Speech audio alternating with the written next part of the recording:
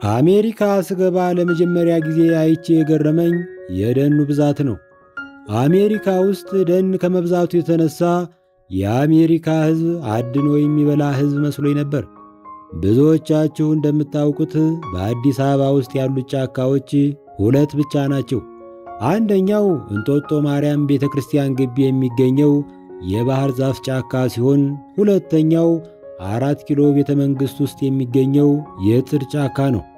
እኒህን ሁለት ደኖች አውሮፕላን ላይ ሆነን ወደ ታች ስንመለከታቸው በአዲስ አበባ ብብቶች ላይ የበቀሉ ፀጉሮች ይመስላሉ። የጫካ ችግር በከተማ ብቻ የተወሰነ አይደለም። በአንድ ገጠር ቀበሌ አንድ ዛፍ በስንት መከራ ከተገኘ ሥራ ይበዛበታል። የመንደሩ ታታሪ ገበሬ የማር ቀፎ ይሰቅልበታል። የመንደሩ ታታሪ ሰካራም የማር ጠጅ ጠጥቶ ከስሩ ይሸናበታል። ከግንዱ ላይ 100 ሜትር በግራ በኩል ወደ ውስጥ ገባ ሲሉ የቀበሌ ማኅበሩን ጽሕፈት ቤት ያገኙታል የሚል ማስታወቂያ ይለጠፍበታል።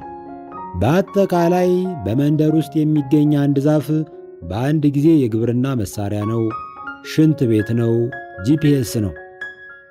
አሜሪካ በገባው በማግስቱ ሻይ ቡና ለማለት ዳንኬን ዶናት የሚባል ቤት ገባሁና እጅግ ከመድረቁ የተነሳ ጽሑፍ እንጂ ንግግር በማይመስል እንግሊዘኛ ኩድ አይ ጌት የግላስ ኦፍ ሚልክ አልኳት አስተናጋጇን።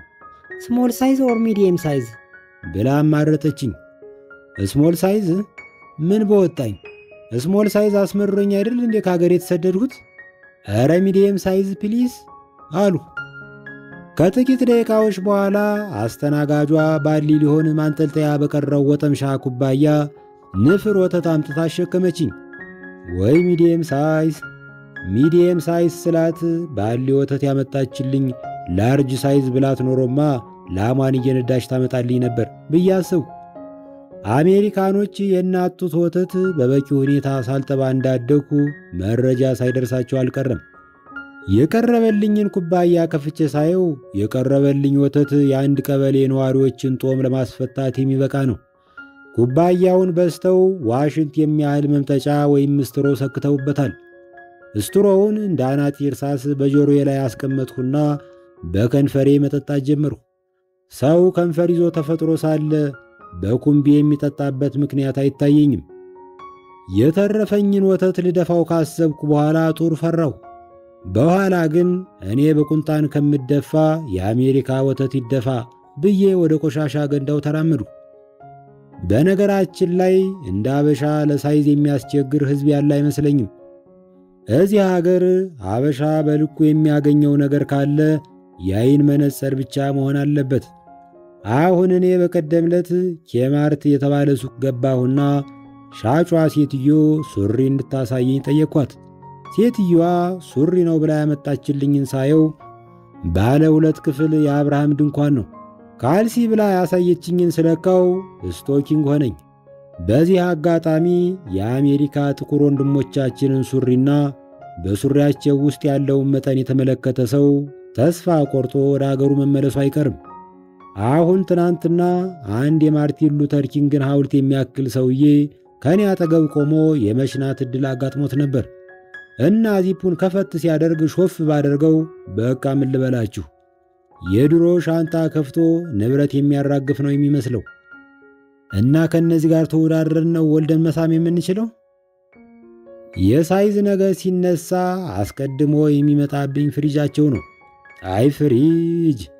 የአሜሪካ ፍሪጅ እኮ በረንዳ ቢሰራለት መስኮት ቢገጠምለት አሪፍ የወንደላጤ ቤት ይወጣዋል። እውነቴን ነው። የአሜሪካ ፍሪጅ ወደ ኢትዮጵያ ይዤ ቢሄድ በቤት ውስጥ ቤት ደብቀ ተገኝታል ተብዬ ልታሰር እችላለሁ። የኢትዮጵያ ፍሪጅ ከአሜሪካ ጋር ብታወዳድረው ፍሪጅ አይደለም፣ በኮረንቲ የሚሰራ የምሳ ዕቃ ነው። አንድ ቀን ጓደኛ የቤት ሄጄ ሎሚ እንዳማረኝ ስነግረው ከፍሪጅ ውስጥ ከብርቱካን ከፍ ከዱባ ዝቅ ያለ ነገር አቀበለኝ። አሜሪካኖች በጥምቀት በዓል ላይ ሎሚ ወሩረው ደረት የማይመቱበት ምክንያት የገባኝ ያኔ ነው። ኢትዮጵያ ውስጥ ወደ ሴት ሎሚ መወርወር አኩሪ ባህል ሲሆን፣ አሜሪካ ውስጥ ሎሚ መወርወር የግድያ ሙከራ ነው። በነገራችን ላይ ከኢትዮጵያ የሚመጡ ዘፋኞች አንዱ ሆቴል ውስጥ ለአንድ ወር ያክል ካርታ ሲጫወቱ ከርመው ሲመለሱ አሜሪካን አየን ከእግር እስከ ራሱ ብለው እንደሚዘፍኑ ታውቃላችሁ? እውነት ለመናገር አሜሪካ እግርም ሆነ ራስ የለውም። አሜሪካ አንድ ትልቅ ሆድ ማለት ነው። እንደ አሜሪካኖች ያለ ሆዳም አለ? ባለፈው አባቴ ከኢትዮጵያ ደወለና በውቄ አሜሪካኖች እንደ አረቦች ሾርባ በቂጣ ይበላሉ የሚባለው እውነት ነው ሲል ጠየቀኝ። አይ ፋዘር፣ አሜሪካኖች ትንሽ ከራባቸው ሾርባ በቂጣ አይደለም ሾርባ የነካው ፎጣ አይምሩም አልሁት። አሜሪካኖች ምሳ ሰዓት ላይ ምን ያደርጋሉ? መጀመሪያ ሄሊኮፕተር ማሳረፍ የሚያስችል ጠረጴዛ ይዘረጋሉ። በላዩ ላይ ኢት ፍሩት በዓመት የሚያመርተውን ያህል ፍራፍሬ ይከምሩበታል። ቀጥለው ኤልፎራ ለፋሲካ የሚያቀርበውን ያክል ሳህን አንግበው መንሽ የሚያክል ሹካ ታጥቀው ፈርስት ኮርስ ሰከንድ ኮርስ እያሉ በምግቡ ላይ ይዘምቱበታል። ኢሰብአዊ በሆነ መንገድ ድራሽ አባቱን ያጠፉታል። በእኛ አገር ኮርስ ማለት እየተመላለሱ መማር ማለት ሲሆን በአሜሪካ እየተመላለሱ መብላት ነው። አሜሪካኖች በጣም የሚወዱት ምግብ ዶሮ ነው። ለነገሩማ የአሜሪካ ዶሮ በእርግጥ ዶሮ ነውን? ሲጀመር ተፈጥሯዊ እናትና አባት የለውም። ማለቴ የአሜሪካ ዶሮ በእናቱ ኢንኩቤተር ሲሆን በአባቱ ኮምፒውተር ነው። ኢትዮጵያ ውስጥ እንቁላል ሲሸመት የቄብ ዶሮ እንቁላል ነው ወይስ የእናት ዶሮ እንቁላል ነው እንደሚባለው ሁሉ አሜሪካ ውስጥ ኦርጋኒክ፣ ነን ኦርጋኒክ ተብሎ ለሁለት ይከፈላል። ነን ኦርጋኒክ እንቁላል ከላይ ስታዩት እንደ ማንኛውም እንቁላል ነው። በፀሐይ አቅጣጫ አነጣጥራችሁ ስታዩት ግን እንደ ሰርዲን ኦፕን ሂር የሚል ጽሑፍ አለው። ኦርጋኒክ እንቁላል ከእጅ ካመለጠ እንደ ብርጭቆ እንክት ይላል። ነን ኦርጋኒክ እንቁላል ግን ከአራተኛ ፎቅ ወድቆ እንኳ እንደ ኩባያ ይንከባለላል። ባለፈው ኳስ ለማየት ስፖርት ባር የተባለ ቡና ቤት ገባው። ገና 18 ያልደፈኑ ኮረዶች መቀመጫቸውን በቁምጣቸው ግታቸውን በጡት ማህደራቸው ወጥረው እንደ ዘሃዘጊ ባጠገቤ ይመላለሳሉ። ትንሽ ሞቅ ሲለኝ ኳሱን መከታተል ትቼ ቆነጃጅቱን መከታተል ጀመሩ። በተለይ አንዷ አላፊ ጠፊ ፈገግቷን ብልጭ አድርጋልኝ ካን አይ ጌት ዩ ሰምቲንግ ስዊትሃርት በላይን ስታልፍ መቀመጫዋን በጥፊ ቸብ ለማድረግ እጄን ብድግ አደረኩት። ወዲያው ግን እንደ ልብ መጎምጀትን እንጂ እንደ ልብ መንካትን የማይፈቅደውን የአሜሪካን ሕግ አስቤ ተውኩት። እጄን እንደ መፈክር አውራጅ በአየር ላይ አንከርፍፌ ትንሽ ካቆየሁት በኋላ ወደ ኪስ የመለስኩት እና የነጻነት ሀገር የምትሉት ይህንን ነው?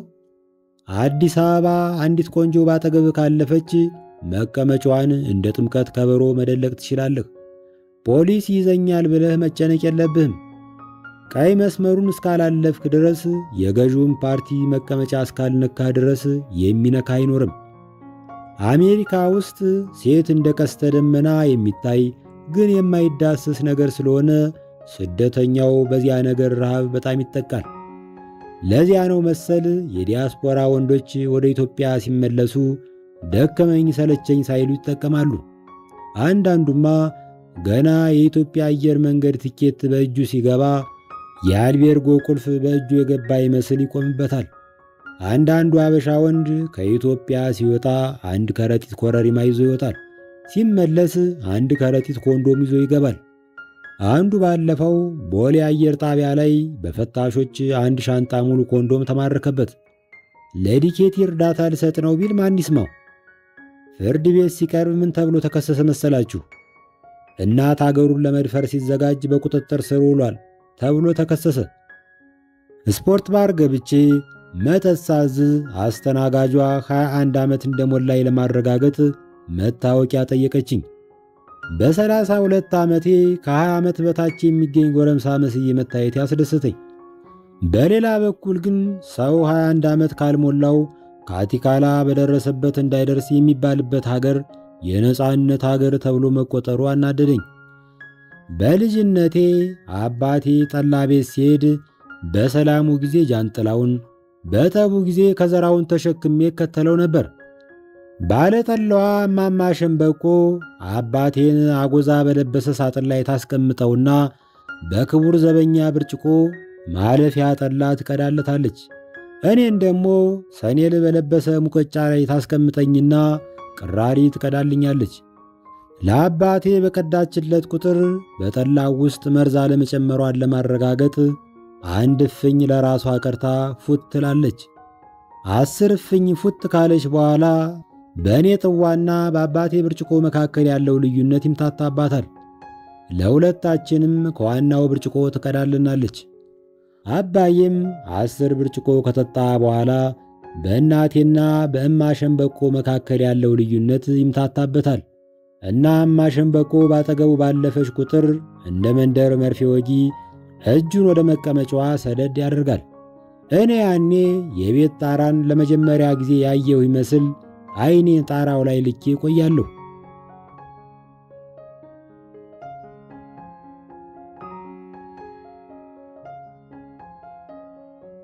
በቀደም ዕለት የአልጄዚራ የአማርኛ ክፍል ጋዜጠኛ ከኔ ጋር አጭር ቃለ መጠይቅ አድርጋ ነበር። በኋላ ግን ቃለ መጠይቁ ከባህላችን ጋር ስለማይጣጣም ልናቀርበው አንችልም የሚል ኢሜል ላከችልኝ።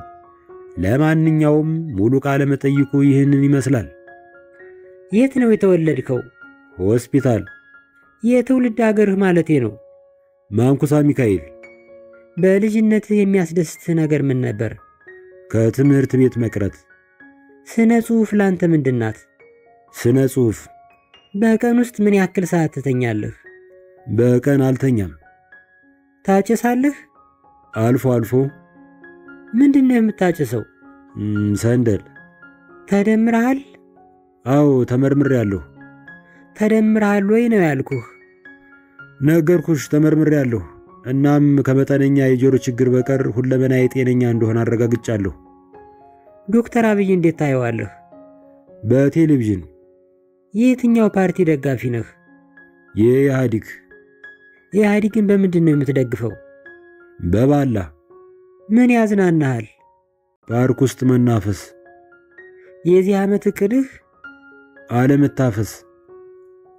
እስቲ የሚያስቅ ወይም የሚያስደስት ገጠመኝ ካለ ንገረኝ። ሕዝብ የሚያነባው ስለሆነ የብልግና ቃል ባይኖርበት ይመረጣል። እሺ፣ እንደምታውቂው የሴት መብትን በማክበር አሜሪካን የሚደርስባት የለም እና ብዙ የሀገራችን ዲያስፖራ ወንዶች ፈረንጅ ሴት ለመጀንጀን በጣም ይፈራሉ። ብዙዎች የአሜሪካን ሕግ ለማክበር ሲሉ በሁለተኛ ዙር ድንግልና ውስጥ ለመኖር ይገደዳሉ። አንድ ቀን አንድ ባልንጀራችን እንደምንም ተደፋፍሮ አንዲት የፈረንጅ ኮረዳ በጥቂት እንግሊዘኛና በብዙ የምልክት ቋንቋ ጀንጅኖ ቤቷ መጣት። ጥቂት ሲስማትና ሲደባብሳት ቆይቶ ልብሷን ለማውለቅ ሲሞክር ገና 15 ዓመቴ ነው፣ $2000 ካልሰጠኝ ደፈረኝ ብዬ ፖሊስ ጠራብሃለሁ ብላ ቀወጠችው። በጣም ደንግጦ ለእኔና ለሌሎች ጀለሶቹ ከዚህ ጉድ አውጡኝ ብሎ ደወለልን። እኛም በጥድፊያ መጠነኛ ጎፈንድ ቢጤ አዘጋጅተን 2000 ብር ከሰበሰብን በኋላ ለልጅቱ ሰጥተን ገላገል ነው። ከዚያ በኋላ ጓደኛችን አይናችንን ለማየት አልደፈረም። ዞር ስንልለት 7 የእንቅልፍ ክኒን በመዋጥ ራሱን ለመግደል ሞከረ። ይሁን እንጂ ሙከራው አልተሳካም። ለ4 ተከታታይ ቀን እንቅልፍ ተኝቶ ነቃ እና ለ4 ተከታታይ ቀን የሥራ ገበታው ላይ ባለመገኘቱ ከሥራ ተባረረ። ራሱን ለመግደል ከመሞከሩ በፊት ትንሽ ማስታወሻ ወይም ሱሳይድ ኖት ጽፎ ራሱ ላይ አስቀምጦ ነበር። እንዲህ ትላለች: ይበለኝ ይበለኝ እሰይ ምን አባቴ፣ የአገሬን ሴት ትቼ ነጭ ልነጭ ማድባቴ፣ መዘዞ ናት ብዬ መዘዜን ማጨቴ፣ ደሞ እንደ ቀናው ሰው ያንን መላጨቴ፣ ቸኩሎ መዳራት ለማንም ላይ በጂ፣ እኔም ብሎ በጂ።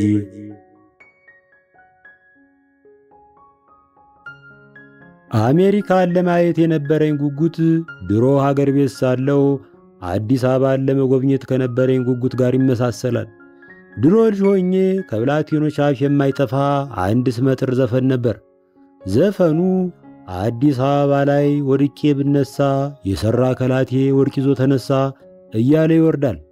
የልጅነት ምኞቴ ፓይለት መሆን፣ ዶክተር መሆን ሳይሆን አዲስ አበባ ውስጥ እንደምንም ገብቶ ጧ ብሎ መውደቅ ነበር። አዲስ አበባ ላይ የወደቀ ሰው ፍግ እንጂ ወርቅ ይዞ እንደማይነሳ ለማወቅ ጥቂት ዓመታት መጠበቅ ነበረብኝ። ኪነት የገሃዱ ዓለም ነጸብራቅ ናት ያለው ሰውዬ የወጣለት ቀጣፊ መሆን አለበት። ኪነት የገሃዱ ዓለም አብሾ፣ የገሃዱ ዓለም ጌሾ ናት። ጉቶውን ሰማይ ጠቀስ ፎቅ አድርጎ ማሳየት ዋና ጠባይዋ ነው። በዘፈን ጠብልሎ የታየን አጠገቡ ስንገኝ ደብዝዞ እዚህ ግባ የማይባል ሆኖ እናገኘዋለን። የጦሳን አቀበት ዝንጀሮ አይወጣውም በሚለው የዓለማየሁ እሸቴ ዘፈን ስጭበረበር እንደኖርሁ የገባኝ ከጦሳ ተራራ ፊት ለፊት የቆምሁ ቀን ነው። ይህንን አቀበት እንኳን ዝንጀሮ እኔ ራሴ ከስክስ ጫማ አድርጌ 100 አለቃ ግርማን አዝዬ መውጣት ያቅተኛል። ዓለማየሁ እሸቴ ከጦሳ ወለል ስር የተመለከተው ዝንጀሮ አካለ ስንኩል መሆን አለበት። አሜሪካ ለሚኖሩ ኢትዮጵያውያን ዝግጅቴን እንዳቀርብ በምነው ሸዋ ኢንተርቴይመንት አማካኝነት ግብዣ ሲቀርብልኝ አላቅማማሁም። አሜሪካ ገብቼ ከተቻለ 1 ከረጢት ዶላር ካልተቻለ ደግሞ 1 ከረጢት ወሬ ይዤ እመለሳለሁ ብዬ አሰብኩ። ለጉዞ የሚገፋ ሌላ ሰበብም ነበረኝ። ከቅርብ ጊዜ ወዲህ የቤት ለቤት ደራሲነት ሰልችቶኛል። በእኔና በቢጤዎቼ መዝገበ ቃላት በማየት በመመርመርና በመጎብኘት ሳይሆን ከበርጩማው ላይ ሳይነሳ የሚጽፍ ሰው የቤት ለቤት ጋዜጠኛ ወይም የቤት ለቤት ደራሲ ይባላል። ዓለምን ቤታችን በርጩማ ላይ ሆነን ስናያትና ኮረቻ ላይ ሆነን ስናያት ለየቅል ናት። እኔና የዘመን ጓደኞቼ ኮረቻው ላይ ብዙም የለንበትም። ከአባቶቻችንና ከውጭ አገር ጋዜጠኞች ጋር ስንመዛዘን ወደ ኋላ የቀረን ይመስለኛል። አባቶቻችን ስል በአገራችን ታሪክ እንደ መጀመሪያዎቹ ጋዜጠኞች ሆነው ሊቆጠሩ የሚገባቸውን የዜና መዋዕል ጸሐፊዎችን እያሰብኩ ነው። እኒህ ጸሐፊዎች ከልቦናቸው አፍልቀው ሲጽፉና በቦታው ተገኝተው ሲዘግቡ ልዩነቱ ለየቅል ነው። በርጩማቸው ላይ ተወስነው ሲጽፉ ወይም በእነሱ አባባል ከልቦናቸው አፍልቀው ሲጽፉ ብዙ ፍሬ ከርስኪ ነገር ብራናቸውን ያጣብበዋል። ትልቅ ገድል የተፈጸመበትን ጦርነት በጥቂት መስመሮች አቀጭጨው አኮስምነው ይዘግቡታል። ምድራዊውን ክስተት ሰማያዊ ያደርጉታል። ከላይ የጠቀስኳቸው ሰበቦች ባይኖሩ ኖሮ እንኳ የአሜሪካን ግብዣ አግኝቼ ይለፈኝ የምልበት ምክንያት አልነበረኝም። እንደ ብዙዎቹ የዘመን ጓደኞቼ የአሜሪካን መስህብ መቋቋም የሚችል ወኔ ያለኝ አይመስለኝም። አንዳንዴ ሳስበው በዘመናችን አሜሪካ ለመግባት የሚደረገው ውጣ ውረድ አባቶቻችን በአምላክ ፊት ሞገስ ለማግኘት ከነበራቸው መጠመድ ጋር የሚመሳሰል ነው። ለነገሩ ይህ መሆኑ ምን ይገርማል? አሜሪካ ሁሉን ቻይና ሁሉን አወቅ ብቻ አይደለችም፣ ከዚያም በላይ ናት። አንድ የፖለቲካ ሊቅ ያለውን መጥቀስ የምለውን ያደምቅልኛል። የዛሬቱ ዓለም ሥርዓት ጉዳይ በከፊል የአሜሪካ ፖሊሲ ጉዳይ ነው። ዓለም አቀፍ ስትራቴጂ ያላት ሀገር አሜሪካ ናት። ቀሪው የዓለም ክፍል ለአሜሪካ አጻፋ የሚመልስ፣ አሜሪካን የሚፈራ፣ በአሜሪካ ጥበቃ ውስጥ የሚኖር፣ በአሜሪካ የሚቀና፣ አሜሪካን የሚጠላ፣ በአሜሪካ ላይ የሚያሴርና በአሜሪካ ላይ ተማምኖ የሚኖር ነው። ሌላው ሀገር ሁሉ የሀገር አስተዳደር መርሁን ከአሜሪካ አንጻር ይቀርጻል። እንግዲህ መንግስታትን በዚህ መንገድ የማረከው የአሜሪካ ኃያልነት ግለሰቦችን ቢያማልል አይገርምም። ኤምባሲ የምገባበት ቀን ሲቃረብ አንዱ ባለንጀራዬ ቃለ መጠይቁን በእንግሊዘኛ ነው የምታደርገው ወይስ በአማርኛ ሲል ጠየቀኝ። ይህችን ይወዳል ሰውየው። ቅኔ ዘርፍበታለሁ ብዬ የምተማመንበትን የእንግሊዘኛ ችሎታዬን ትጠራጠረዋለህ አልኩት። ግድ የለህም፣ በእንግሊዘኛ ቃለ መጠይቅ ማድረግ ይቅርብህ እኮ። ለምን? ምን ያደርግልሃል? የኤምባሲ ቃለ መጠይቅ የቱሪስት ጋይድ ፈተና አይደለም። የቋንቋ ቻልክ አልቻልክ ግድ የላቸውም አለኝ። በአማርኛ እንዳደርግ ነው የምትፈልገው አልኩት። አዎ አለኝ። የሚያሳምን ነገር ንገረኛ አልኩት። አየህ፣ አስተርጓሚዎች ለተጠየቀው ነገር የምትሰጠው ምላሽ አጥጋቢ መስሎ ካልታያቸው ወይም ካልጣማቸው ያግዟል። ማለት የፈለግከውን ሳይሆን ማለት የሚገባህን አርሞ ያስተላልፉልሃል። ይሄ ቪዛ የማግኘት ዕድልህን ከፍ ያደርገዋል። ግልጽ ነኝ አለኝ። ጓደኛዬ ግልጽ ብቻ ሳይሆን ትክክል ነበር። ኤምባሲ የቃለ መጠይቅ ተራዬ ደርሶ የዶርዜ ጎጆ ከሚያክል አሜሪካዊ ፊት ቆምኩ። መቼም የአሜሪካዊ ሸንቃጣና የቻይናዊ ቦርጫም ማግኘት ከባድ ነው። የፕሬዝዳንት ጆርጅ ቡሽን ግልብነት ያለመታከት በመተቸት የሚታወቀውን ማይክል ሙር የተባለውን ጋዜጠኛ አስታወሰኝ። በሕዝቡ መሃል ኖረ ስታየው ተርታው አሜሪካዊ የማይክል ሙርን ሰውነትና የጆርጅ ቡሽን አእምሮ አስተባብሮ የያዘ ሆኖ ታገኘዋለህ። በአስተርጓሚ ብዙ ጥያቄ ተጠየቁ። ተገቢውን መልስ ሰጠሁ። መጨረሻ ላይ ከባህል ቡድኑ ጋር መስራት ከጀመርክ ስንት ጊዜ ሆነህ የሚል ጥያቄ ተወረወረልኝ። የመጀመሪያዬ ነው አልሁ። አስተርጓሚው አፉን ወደ መስኮቱ አቅርቦ አልገባህም ጥያቄው አለኝ። ገብቶኛል፣ የመጀመሪያዬ ነው ብዬ መለስኩ። አሁንም አልገባህም ሲለኝ ምላሽን እንዳርም ፍንጭ እየሰጠኝ መሆኑ ገባኝ። 1 ዓመቴ ነው ብዬ ሸመጠጥኩ። አስተርጓሚው ውሸቴን ለፈረንጁ ተረጎመለት። ቪዛው ሲመታልኝ በልቤ እንደ ባህር ዳሩ መድኃኒት አዋቂ እንዳያስረስ እውነት መቀመቅ ከታይ ነበር፣ ውሸት ነፃ ወጣችኝ ብዬ ፈገግ አልኩ። ነገሩ ከጥቂት ዓመታት በፊት የተከሰተ ነው። በባህር ዳር ከተማ በባህል ሕክምና የሚተዳደሩት አያስረስ ለአንዲት በሽተኛቸው አጉል ቅጠል ሰጥተው ገደሏት። በፖሊሶች ቁጥጥር ስር ሲውሉ ታዲያ እኔ ልጥ የተራሰ ጉድጓድ የተማሰ ሽማግሌ ነኝ፣ በዚህ ዕድሜ መዋሸት አይገባኝም፣ እውነት ነው፣ መድኃኒቱን ስሰጣት ሰተት ብላ ግጥም ብላብኛለች፣ በእጄ ላይ ሙታብኛለች ብለው ተናዘዙ። ጠበቃው ይህንን ሲሰማ የዋህነታቸውን ወቅሶ እንዲያስተባብሉ አሰለጠናቸው። እናም በሚቀጥለው ቀጠሮ ሲቀርቡ ክቡር ፍርድ ቤት፣ ፖሊሶች ባልወለድ አንጀታቸው እየነረቱ በግድ እንዳምን አድርገው ነው እንጂ ከልጅቱ ደም እጄ ንጹሕ ነው ብለው አስተባበሉ። ፍርድ ቤቱም የዋስ መብታቸውን ፈቅዶ አሰናበታቸው። ታዲያ የጎረቤት ጠያቂ እግዚአብሔር እንኳን አስፈታው እያለ ሲጠይቃቸው ወገኖች እውነት መቀመቅ ከታይ ነበር፣ ውሸት ነፃ ወጣችኝ ብለው መለሱ ይባላል። እኔም እውነት መቀመቅ ልትከተኝ እንደነበር እያሰቡ ከኤምባሲው ወጣሁ። ገና ከግቢ እንደወጣው አንዱ እንኳን ደስ አለህ ብሎ እንደ ሐረግ ተጠመጠመብኝ። እንደምንም ከቅፉ ራሴን መንጭቄ አውጥቼ ቀና ብዬ ስመለከተው ያለ ዛሬም አይቼው አላውቅ። እስቲ ደስ የሆነ ነገር ልቀቅብኝ አለኝ። ከፊቴ የቆመው ፈላጭ መሆኑ ገባኝ። እጄን ከኪሴ ጎትቼ ሳወጣው 50 ብር ይዞብኝ ተመለሰ። ዝርዝር አለህ ልለው ስሰናዳ 50 ብር በቂ ነው አለና ከመንጠቅ በማይተናነስ መንገድ እጄ ላይ ያንከረፈፍኩትን ተቀበለኝ። ወዲያው ፈገግታውን አቀጣጥሎ ወደ ሌላዋ ባለድል ሲሄድ ተመለከትኩት። የዚህን ፈላጭ ዜደኝነት ባሰብኩት ቁጥር ዛሬ ድረስ ይደንቀኛል። የሽሮ ሜዳው አራዳ የሰው ስነ ልቦና ዘይቤ ተገልጦለታል። ሰዎች በተደሰቱበት ቅጽበት መንፈግና መቆጠብ ትዝ አይላቸውም። ለእኛ ኢትዮጵያውያን የአሜሪካ ቪዛ የደስታ ጣራችን ነው። ቪዛን ያክል ነገር በእጅ ገብቶ እንዴት ስለ ንፍገት ታስባለህ? የዶላር ተራራ ከፊት ለፊትህ እየታየህ ስለ 50 ብር እንዴት ልትጨነቅ ትችላለህ? እንዲህ አይነቱ የደስታ ቅጽበት አባ ሐናን አባ መስጠት እንዲሆን ያስገድደዋል። ደስታ የሚባለው ነገር ሰዎችን እንዴት መልካምና ገራም እንደሚያደርጋቸው ኢትዮጵያ ለአፍሪካ ዋንጫ ማጣሪያ ያለፈች ጊዜ አይቼዋለሁ። ያን ቀን ሰዎች ሁሉ ክንፋቸውን ያራገፉ መላእክት ሆኑ። ለወትሮ ጎዳናውን እንደ ርስት እየተሻሙ ስድብ የሚቀባበሉ የአዲስ አበባ ባለመኪኖች አንተ ለፍ አንተ ቅደም እየተባባሉ ሲገባበዙ አየሁ።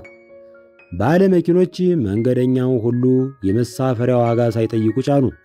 ደስታ የሰዎችን ፊት ሁሉ አንድ አደረገው። ምናልባት ደግ ለመሆን የሚያስፈልገን የግብረ ገብነት ትምህርት አይደለም። የሚያስፈልገን ትንሽ ድልና ትንሽ የምስራች ይሆናል። አዲስ አበባ ውስጥ እንደ ቦሌ መድኃኔ ዓለም የሚገርመኝ ሰፈር የለም። ከመድኃኔ ዓለም ፊት ለፊት አስፋልቱን ተሻግሮ ትልልቅ ሕንፃዎች ይበቅላሉ። ምርጥ ካፌዎች፣ ሬስቶራንቶችና በርገር ቤቶች ይብረቀረቃሉ። አስፋልቱ ሁሌም በእግረኞች እንደተሞላ ነው። ከመድኃኔ ዓለም ጀርባ ደግሞ ሌላ እዩኝ የማይል ዓለም አለ።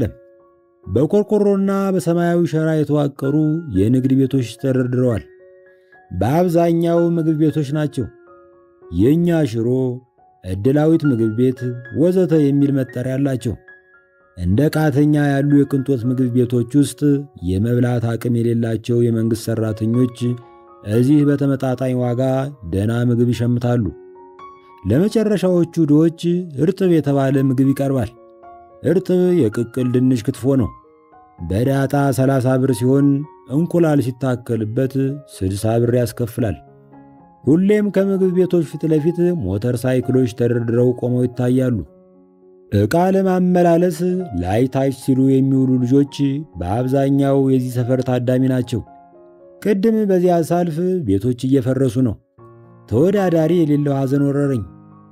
በቅርቡ እየተደረገ ያለው የዶዘር ዘመቻ የትምና መቼም ታይቶ የሚታወቅ አይደለም። በአውሮፓ፣ በአሜሪካ፣ በቻይና የዙረት ዕድል የገጠመን ሰዎች እንደምንመሰክረው ጉሊት ዓለም አቀፍ ነው። በየትኛውም ትልልቅ ከተማ ምግብ ሰርተው መንገድ ላይ የሚሸጡ ሰዎች ይኖራሉ። መንግሥት መብታቸውን ያከብርላቸዋል። ሰው በላው ካፒታሊዝም የሚባለው ሥርዓት በሰፈነባቸው ሀገሮች ሳይቀር ድሆች በዚህ መጠን አይገፈተሩም። ቤቶችና መስጊዶች ያለ ነዋሪው ፈቃድ አይፈርሱም። የግድ ሆኖ ሲፈርሱ እንኳ ለባለቤቶች ካሳና ምትክ ቦታ ይሰጣቸዋል። አዲስ አበባ እኔ ሳውቃት ትልቁንና ትንሹን አቻችላ የምታሳድር ወደ ሰፊ ከተማ ነበረች። አሁን ይሄ እየቀረ ነው። የተወሰኑ ሰዎች መሬት ሸጠው ሌክሰስ እንዲነዱ በላባቸው የሚተዳደሩ አያሌ ድሆች መድረሻ አልባ መሆን አለባቸው። እየተስተዋለ እንጂ ጎበዝ። በግሌ አቅመ ቢስ ነኝና የመዲናይቱን ጌቶችና እመቤቶች ሰሞኑን ለሚያደርጉት ነገር በሙሉ ለሕሊናቸው አሳልፌ እሰጣቸዋለሁ። በዚያ ላይ አማኞች ስለሆኑ የፈጣሪያቸውን ቃል አስታውሳቸው። ጻድቅ የድሆችን ፍርድ ይመለከታል፣ ኃጥእ ግን ዕውቀትን አያስተውልም። ፌዘኞች ግን ከተማቸውን ያቃጥላሉ። ለድሃ በእውነት የሚፈርድ ንጉሥ ዙፋኑ ለዘላለም ይጸናል። መጽሐፈ ምሳሌ ምዕራፍ 29